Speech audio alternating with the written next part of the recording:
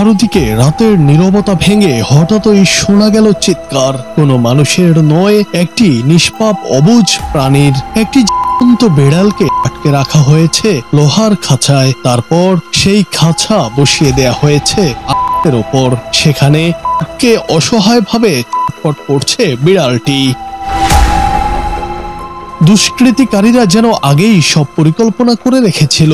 সেই অনুযায়ী অন্ধকার গলির কোণে নিয়ে খাঁচার নিচে জ্বালিয়ে দিল আগুন। মুহূর্তের মধ্যে আগুনের লেলিহান শিখা উঠতে শুরু করলো খাঁচার ফাঁক দিয়ে, আর ভেতর থেকে আসতে লাগলো অসহায় অবুঝ আত্মচিৎকার।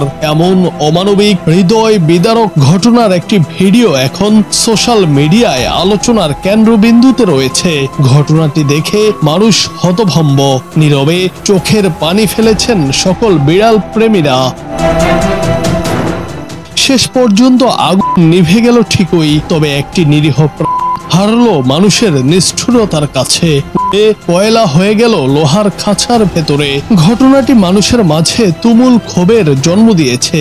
অপরাধীদের উপযুক্ত সাজা চেয়েছেন তারা। জুনায়েদ আহমেদ, বাংলা টিভি।